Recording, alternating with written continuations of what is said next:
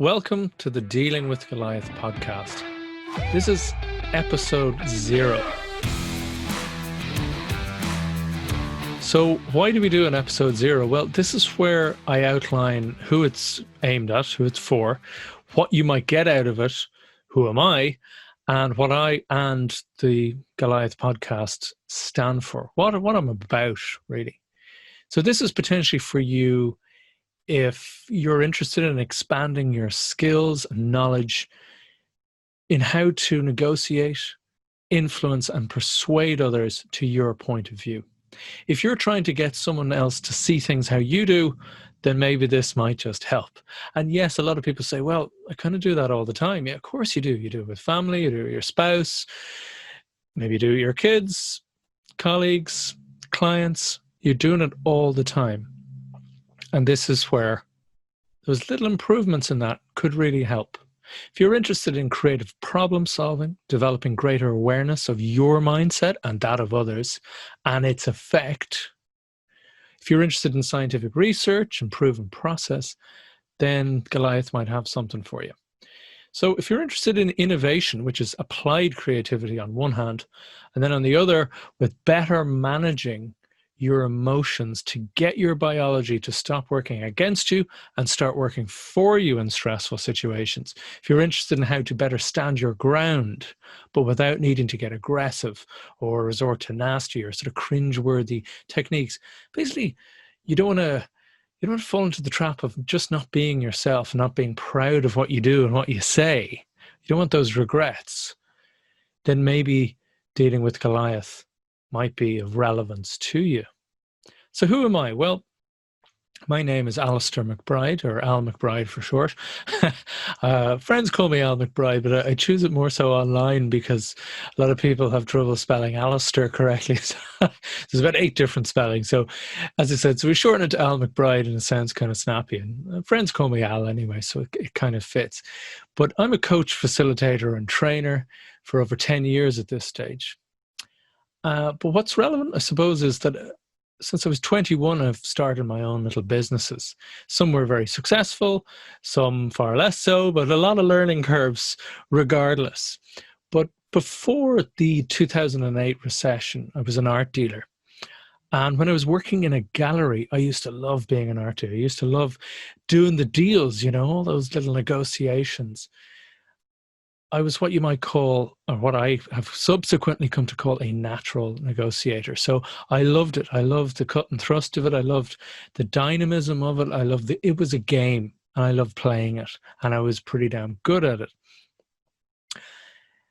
Now, what I came to discover was when I went out on my own and suddenly, whether you do this sizable deal or not, means you're living a pretty good lifestyle for the next few months, or you're really not, you're scrimping and saving. When you have that level of skin in the game, the whole emotional aspect changes.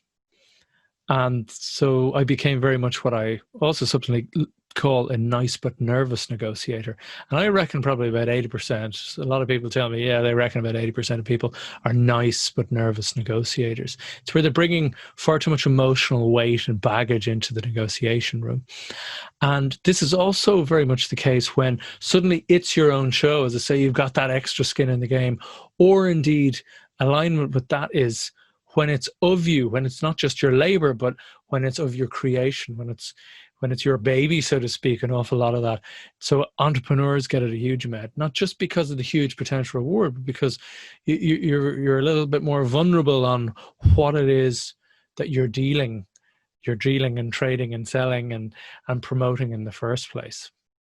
So as I said, this is the nice but nervous. Now, it's obvious how I might be able to help the nice but nervous people, right? But also, even if you're a natural, what naturals fall into is they fall into a few traps. Often they're doing exactly what they're doing precisely because they're natural and because they're very good at it most of the time. They are until they're not, as many of them tell me, and as I've experienced myself. Why is that? Well, because you only use a few modes of being.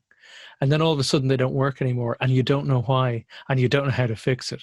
So it's very much my approach to give other perspectives, others give that plan B or plan C, and that level of strategy around it, so you're able to move and rethink and create other options for yourself.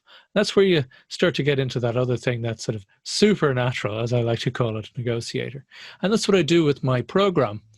I do an awful lot of other things in the program as well, which is the Goliath negotiation method. Now, I know only maybe 4 or 5% of most of potential listeners to Goliath podcasts will actually be viable clients. That's completely fine. I hope a huge amount of people get value out of it, because an awful lot of what this is about looking at things in a new light, looking at getting new perspectives, wondering what if or how might that work.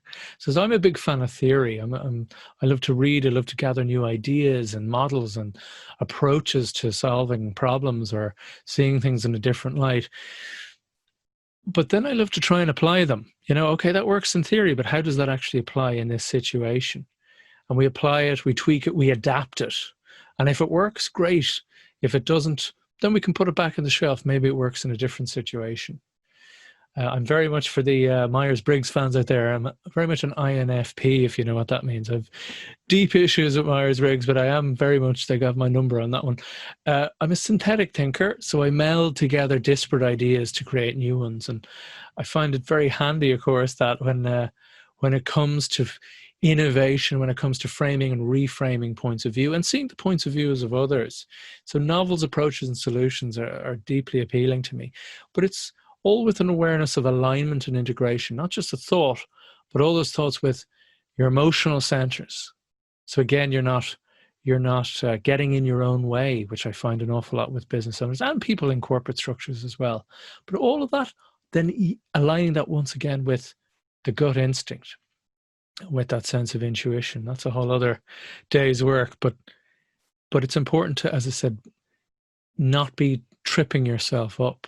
So I'm interested in people. I'm interested in people's unique life and work experiences and direction and how they got to be where they are, what accumulated of experience and knowledge to add up to their mindset and maybe their unique approach of dealing with people and solving problems. And that's what will come through in the Goliath interviews and episodes. So what do I stand for, and what does the Dealing with Goliath podcast, what does it actually stand for? Well, it's right there in the choice of name. Goliath and the David and Goliath myth is probably the archetypical metaphor for the underdog story, isn't it? It's little David with the slingshot going out to face this giant monster of a guy, supposedly 7.5 foot tall, huge, literally giant. And everyone thought he was crazy, and huge bravery and all the rest of it. But the point was that the strong are never quite as strong or invulnerable as they seem. And equally, the underdog is never quite as weak or limited as they seem. I should say the perceived underdog. I don't know if David walking down the hill to face Goliath on the plain, did he actually feel like an underdog, or did he have huge confidence backing himself? We're never sure. Either way, he was certainly the perceived underdog. And that's really the key word. Because sometimes you say, no, I know my value. I know the angle, the edge that I bring. And that's brilliant. I want to sharpen that edge with you, for you, to help you do that. Others very much feel that underdog status. But let's use that. Let's use that as a strength. We want to flip those weaknesses or perceived weaknesses to strengths and harness that. That's what this podcast is all about. Everything about this podcast is about how to turn that tide, how to move things and tip those odds as much as we can in our favor, but all without selling our soul, without doing things that we're going to regret, or our hyper short-termism that then, as I said, we come to regret, that leaves a bad taste in the mouth, or need to have a shower. Dirty, must scrub, not clean. We don't want that. We want to be able to stand over our decisions with strength, with pride, that we're able to say, yeah, I did that. I did it the way I wanted to do it, and I don't regret it. And that's what this is all about. Because there are so many businesses, or careers, business owners out there that could excel, that could be unlocked. They could excel that bit more, go that bit further, reach more of their potential, if they were that little bit better equipped to communicate the value of what they bring to the table. of what they can do and benefit to not just themselves, but to the other side, whoever that other side might be, whether it's an investor or whether it's a collaborator. Maybe you need someone to get on your team, to get on your staff, and you need to be able to convince them of the benefit that you'll be more than the sum of your parts.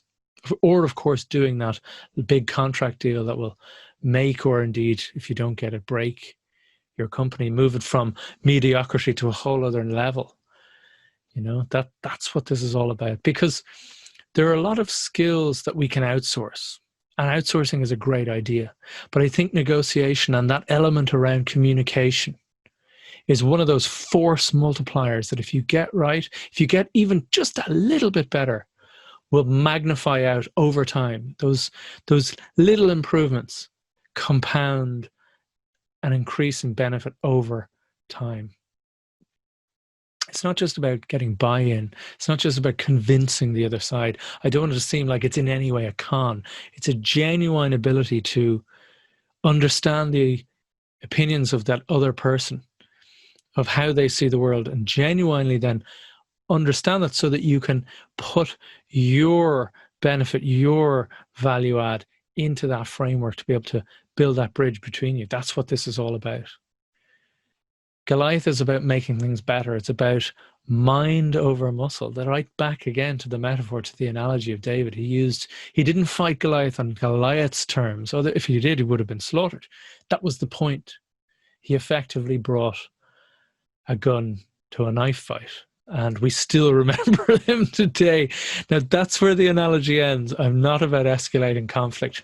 Very much the opposite. About standing our ground, for want of a better word, with honor, standing our ground with integrity, and being able to draw people toward us on the basis of those values and that integrity. And that can be discussed at another time, and maybe in little bits and bobs throughout the podcast. So what format does the podcast take? Well, as you can probably tell, I'm a fiend for variety. Anyone who knows me, I'm terrible for it. So that's why I have 3 different formats. So the first format is the solo espresso shot of insight. As I said, when we were starting this, I was going to be calling it coaching over coffee. So that's kind of what it is. It's coaching over coffee. It's allowing you a little blast, a little burst of an insight, maybe to trigger a thought, to have a new way of approaching a problem or a person, or some deal or dealings that you have to do. And that's the idea, to start the thought, give you a new perspective, new approach. And those will be fairly short. They're 3 minutes. Some of them will be a bit longer, maybe up to about 12 minutes, that kind of thing. Some of them will be telling a story. Some of them will be just explaining a model or something that could be interesting and maybe immediately applicable. Others are slow burners that put a little seed in the back of your head. And I give you those because there are things that I find interesting that gave me a different perspective. And that's why I hope they might occasionally have some value for you. They'll run Monday to Friday every alternate week. So yeah, 5 a week, every other week. Then the second type is the double espresso, the Dopo interview. So this is a short, intense burst of insight, hopefully, with a domain expert in their field. And it's in the 5 questions in 9 minutes format. So it's fairly tight. But as I said, we go deep quickly and hopefully give you some of those insights that can use. Some, obviously, if it's something that you're struggling with, it can be directly valuable straight away. Otherwise, as I said, these things echo through different formats. There's very little new under the sun. So what works in one format or one sphere or industry then might be of value, tweaked and adapted to you. So bear that in mind. It's also an awful lot of the time I'm fascinated with my expert guests and how, not just how they approach problems, but more so in awareness of what people try that often doesn't work, those initial traps people find themselves, and then what they can do in a free way, things that's just free advice, and then some free resources on how to set them maybe on the right track. So that's, as I said, the double espresso interview. And to continue the coffee theme, the third, last but not least, is the lungo, or long form podcast interview. So that'll be around about 45 minutes. Some will go a lot longer.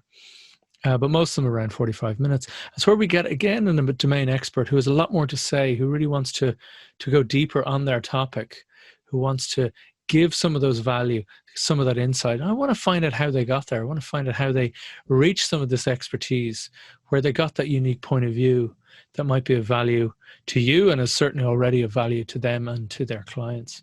So as I said, that's where we dive a little deeper and delve into as I said, where they're coming from and some of the value that they can give, particularly on their unique view on their industry and other areas. That's kind of what I'm into. I'm interested in their mindset, in their headspace, into how they think, how they solve those problems, how they approach people and business. And hopefully with a lot of that, you'll gain the value that they have to give. So that's probably enough for me for the minute on the Dealing with Goliath podcast. Hopefully you find value in it. Give it a try. Maybe some of you like the longer form, some of you like the shorter form. That's all fine. It's all there. A little bit of variety for you. So if you have any requests, if you have any thoughts, if you have any questions, feel free to blast them over on YouTube, or as I said, reach out to me on LinkedIn and say hello. Always good to hear from you and hear thoughts. If some of these things did prompt thought, always let me know. If they prompted another action or a different approach, I always love hearing that from my clients. So please do get in touch.